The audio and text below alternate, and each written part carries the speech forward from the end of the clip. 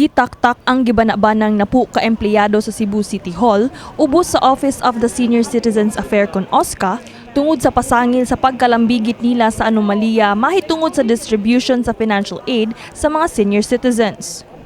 Nipatimaw ang maong kontrobersya human nga mipagawas ang Commission on Audit kon COA sa 2022 Annual Audit Report sa siyudad sa Subo, diin makita nga nagpabilin sa lista sa payroll ang mga ngalan sa 30 ka mga nipanaw ng senior citizens ug padayon ang paghatag sa cash assistance ubos sa ilang pangalan bisan pa man sa ilang pagtaliwan.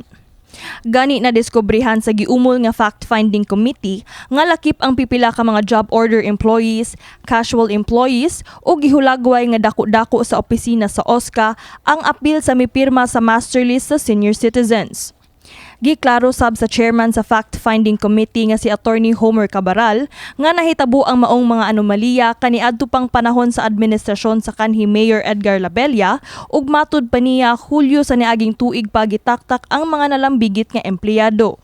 Nagkanayon sab si Cabaral nga gisugdan nila ang investigasyon sa OSCA tungod sa report ni kanhi Kapitan Lotlot Ignacio sa Barangay Inayawan nga adunay 45 kanipanaw ng mga senior citizens ang anaa gihapon sa ilang lista. Na ay 45 kabupatay sa ilang barangay nga dugay na din siya nga ni-report ala po sa OSCA office nga di pa ascended mayor si Mayor Mike gasige na siya report na sa OSCA office nga ayaw na nigbayad okay, mga patay na ni sige na tapos lang bayad. Muabot sa 540,000 pesos ang kantidad sa cash assistance nga nakubra gikan sa Barangay Inayawan pa lang. Gisaysay sab ni Cabaral nga gawas ni ini, aduna po'y 320 ka mga ghost senior citizens ug 2 ka ghost employees ang OSCA. Nga nahog og mga 320 ghost senior citizen ang nainta dito siyang logbook. Unya amo nagpa-verify sa COMELEC, ni-certify ang COMELEC kay one of the requirements nga supporting documents, voters affidavit man, nga katong 320 wa to ma-register sa COMELEC. Nipadayag sa iyang sentimiento ang administrator sa siyudad sa Subo, Attorney Colin Rosel, nga dili sila magduha-duha nga pasakaan og kaso ang mga nataktak nga empleyado sa OSCA.